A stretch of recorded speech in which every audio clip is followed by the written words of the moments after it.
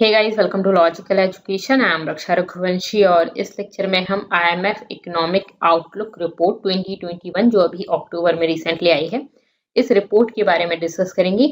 और इसमें इंडिया की जीडीपी ग्रोथ क्या रहेगी, इंडिया में जॉब ग्रोथ किस तरह की है, क्यों है और क्या कंसर्न है इंडिया के लिए, ये सब चीजें हम इस लेक्चर में डिस्कस करने वाले हैं। काफी इंपॉर्टेंट लेक्चर है, तो चलिए स्टार्ट करते हैं। आप मुझे सोशल मीडिया प्लेटफॉर्म पर फॉलो कर सकते हैं, यहाँ पर आपको मेरे वीडियोस की पीडीएफ मिल जाएंगी, प्लस आप मुझसे क्वेश्चंस भी कर सकते हैं इंस्टा पर। और आपने चैनल को सब्सक्राइब नहीं किया तो आप इसको सब्सक्राइब कर लीजिए, जिससे मेरे नेक्स्ट वीडियोस के अपडेट आपके पास आ जाए। चलिए बात करते हैं क्या न्यूज है बेसिकली। तो रिसेंटली आईएमएफ की सेकेंड वर्ल्ड इकोनॉमिक आउटलुक ये आया है अक्टूबर में। ये 2 बार आता है ईयर में। कब आया था? लास्ट अप्रैल में आया था और अब अक्टूबर में आया। तो अप्रैल और अक्टूबर में 2 बार आता है। ये जो अक्टूबर में आया है उसमें क्या बताया गया है? तो बेसिकली WEO जो वर्ल्ड इकोनॉमिक आउटलुक है, जो सिग्निफिकेंट है काफी। क्यों ये सिग्निफिकेंट है? क्योंकि ये काफी सारे पैरामीटर्स को देखकर उसके हिसाब से ये रिपोर्ट बनाता है। तो इसमें ये है, जिस तरह से क्रूड ऑयल के प्राइसेस हैं, इंटरनेशनल क्रूड ऑयल प्राइसेस, तो उनको भी देखता है। फिर उसके बाद काफी सारी इकोनॉमीज को कंपेयर करता है और इस तरह से ये एक जो रिपोर्ट है वो तैयार करता है। ठीक है, तो इसलिए ये इम्पोर्टेंट है। अब बात आती है कि इस रिपोर्ट में क्या बोला गया था। तो इसका जो सेंट्रल मैसेज है वो है ग्लोबल इकोनॉमिक रिकवरी मोमेंटम जो है वो वीकेंड है। ठीक है, अब क्यों है ये? तो क्योंकि पेंडेमिक की वजह से, ये तो सबको ही पता है, तो पेंडेमिक की वजह से ये हो रहा है। रिकवरी जितनी ज्यादा होनी चाहिए थी उतनी नहीं हो पा रही है इस पर। ठीक है, बट उसके अलावा एक और चीज भी है जिस पर इन्होंने कंसर्न दिखाया है।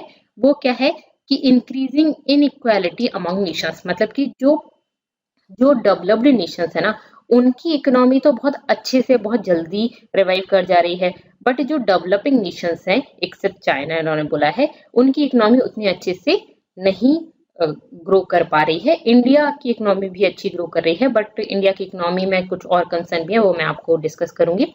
तो मेनली ये है कि इकोनॉमी जो है वो ग्रो तो कर रही है, लेकिन नेशंस के बीच में इनइक्वालिटी है, मतलब कि जो डेवलप्ड नेशन वो बहुत अच्छे से ग्रो कर जा रहे हैं, बहुत जल्दी ग्रो कर जा रहे हैं, और जो डेवलपिंग नेशन है वो कम ग्रो कर रहे हैं। तो ये उसी तरह से कि एक कंट्री में आप देख सकते हो कि कुछ लोग रिच हैं तो रिच और ज्यादा रिच हो गए, और जो लोग पुअर है वो नहीं हो पा रहे हैं। ठीक है, तो बेसिकली पुअर नेशंस जो है उनकी उतनी अच्छी इकोनॉमी नहीं हो रही है। तो पूरा वर्ल्ड की अगर हम बात करें तो वो ठीक नहीं है। ओके, अब डेंजरस यहाँ पे क्या है? In economic prospects across countries remain the major concern. ठीक है, तो बेसिकली ये वाला जो है वो मेजर कंसर्न है कि कुछ जो डेवलप्ड नेशन है वो उनकी इकोनॉमी बहुत जल्दी रिवाइव कर जाएगी, बहुत ज्यादा अच्छी तरीके से, तो वहां पे इनइक्वालिटी हो जाएगी। क्योंकि जो कंट्रीज इस तरह की हैं, जैसे कि जो डेवलपिंग नेशंस हैं या पुअर कंट्रीज हैं, उनकी उतनी अच्छे से नहीं हो पा रही, तो वहां पर इनकम कम होगी। जो डेवलप कंट्रीज है वहां पे ज्यादा है, तो वो एक ठीक नहीं है। इकोनॉमिक प्रोस्पेक्ट्स अगर हम बात करें तो वो मेजर कंसर्न है।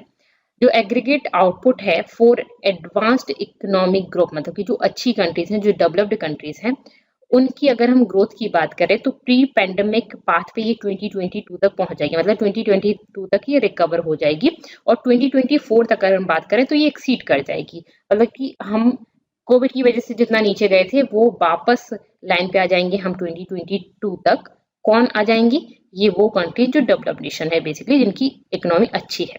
ठीक है, और बाकी ये 2024 तक ये एक्सीड कर जाएंगे 0.9% से, मतलब उससे इतना ज्यादा हो जाएगा। और जो इमर्जिंग मार्केट और जो डेवलप्ड इकोनॉमी ग्रुप है, जिसमें हम चाइना को एक्सक्लूड कर रहे हैं, मतलब कि चाइना तो कर जाएगी, बाकी कंट्रीज की बात करें तो वो बहुत कम है। 2024 तक जो हमने पहले टारगेट बनाया था उससे 5.5 बिलो चल रहे हैं हम, मतलब कि उस टाइम तक हम उतना रिवाइव नहीं कर पाएंगे। ये है।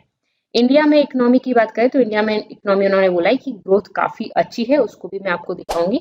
ग्रोथ काफी अच्छी है, बट यहाँ पे एम्प्लॉयमेंट का इशू है। ठीक है, जैसे आपको भी पता है बेरोजगारी इंडिया में बहुत ज्यादा बढ़ रही है, और बेरोजगारी की वजह से इकोनॉमी बहुत ज्यादा यहाँ पे आगे नहीं बढ़ पा रही है, ग्रोथ अच्छी नहीं हो रही। Okay, resulting in a larger setback to improvement in their living standards. तो इस वजह से ऑब्वियसली जो एडवांस्ड इकोनॉमिक ग्रुप्स हैं उनका लिविंग स्टैंडर्ड अच्छा होगा, और जो डेवलपिंग इकोनॉमी ग्रुप है उनका लिविंग स्टैंडर्ड अच्छा नहीं होगा। वो इस वजह से ये जो पेंडेमिक की वजह से, वैक्सीन अवेलेबल ना होने की वजह से, इन सब वजह से क्या हो रहा है, उनका जो लिविंग स्टैंडर्ड है वो भी पीछे रह जा रहा है। ओके, अब यहाँ पे एक चार्ट है, इस चार्ट को देख लेते हैं।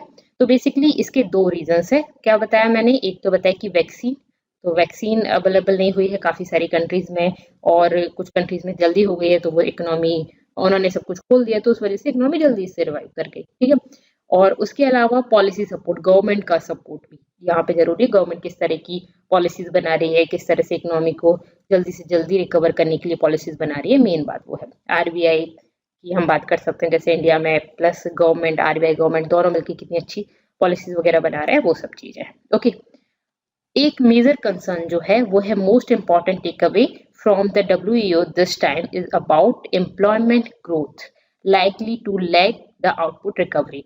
तो बेसिकली जो रिकवरी जितनी होनी चाहिए थी वो नहीं हो पा रही है बिकॉज ऑफ एम्प्लॉयमेंट ग्रोथ, क्योंकि एम्प्लॉयमेंट ग्रोथ उतनी नहीं बढ़ रही है। ये इंडिया में मेजर कंसर्न है, बाकी जगह पे भी है।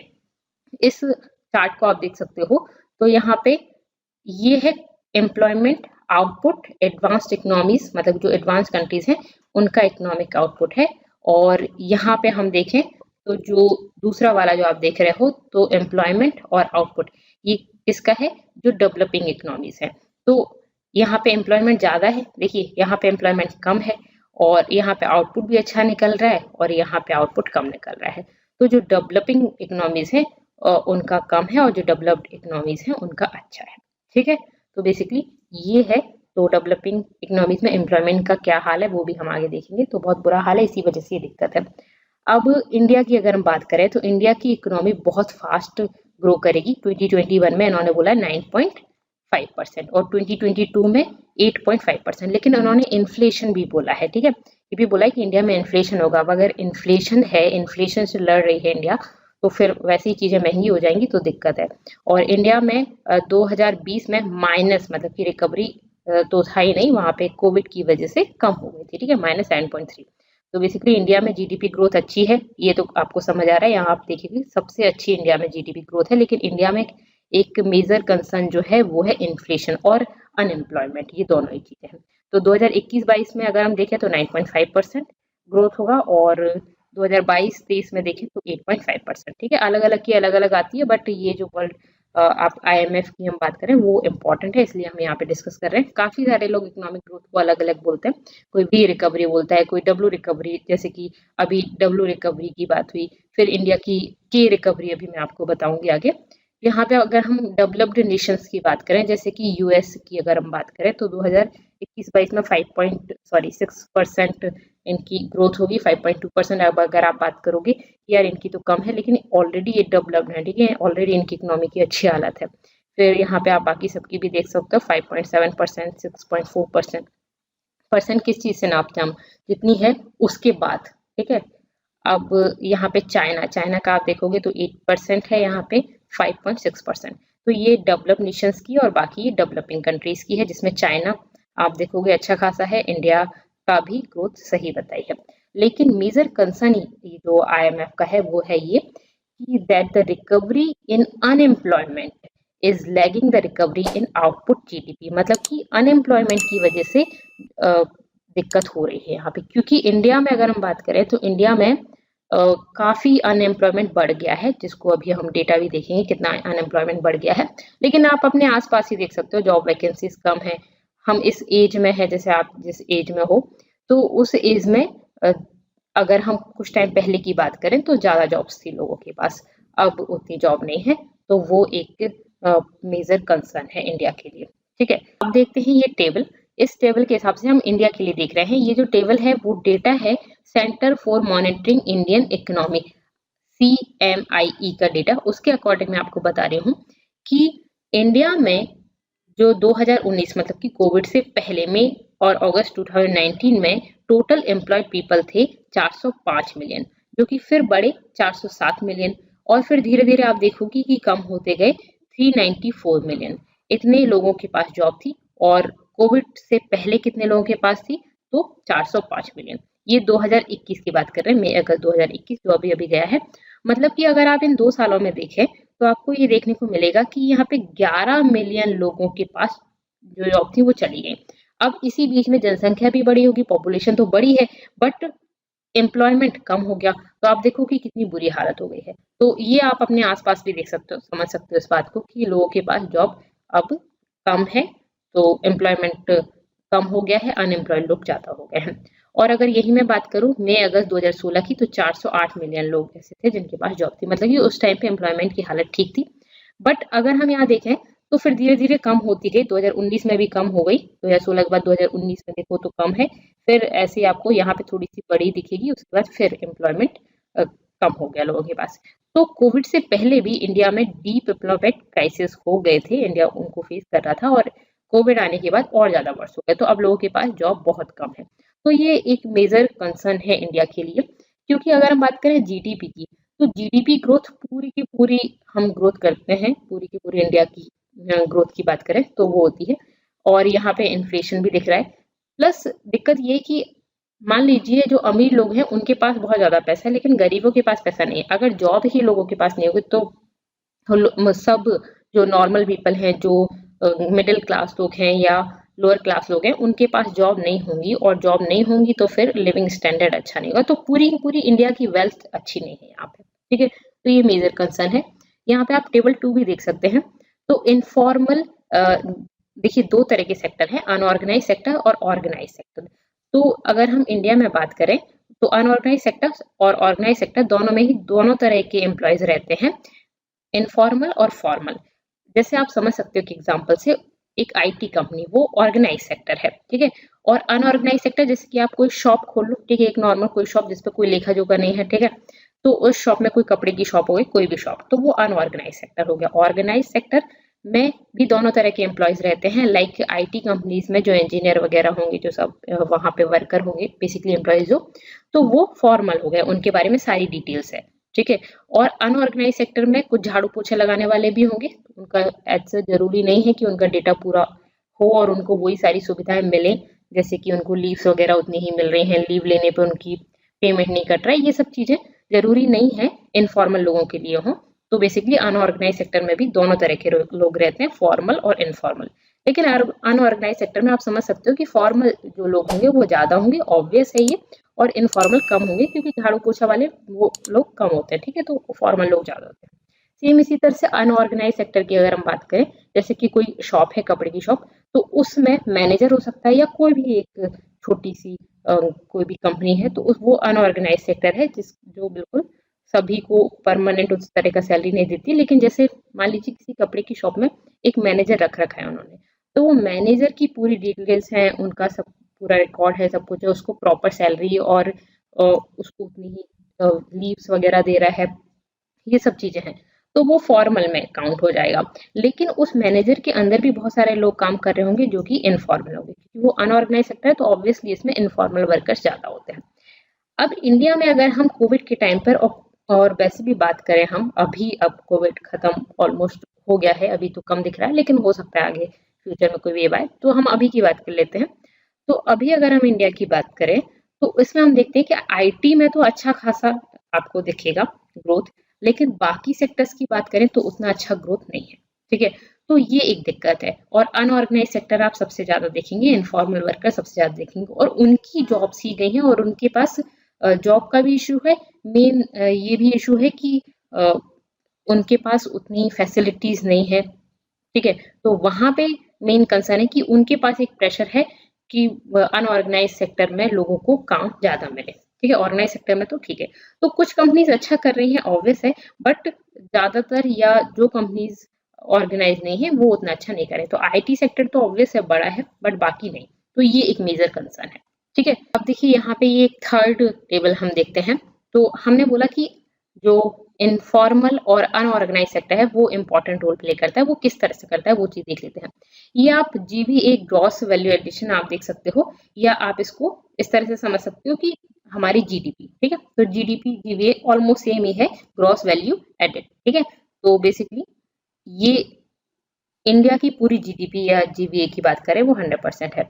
उस जीबीए में से एग्रीकल्चर का परसेंट कितना है 17% है। 100% में एग्रीकल्चर, फिशिंग, फॉरेस्ट्री ये कितना आता है 17% आता है। ओके, सेम इसी तरह से माइनिंग जो है वो 2.3% आता है, मैन्युफैक्चरिंग 16% आता है, यूटिलिटी सर्विसेज जो गैस इलेक्ट्रिसिटी वगैरह 2.7% आता है। तो सेम इसी तरह से आप देख सकते हो कंस्ट्रक्शन है वो कितना है 7.8% है, ट्रेड रिपेयर फूड सर्विसेज 11.8% है।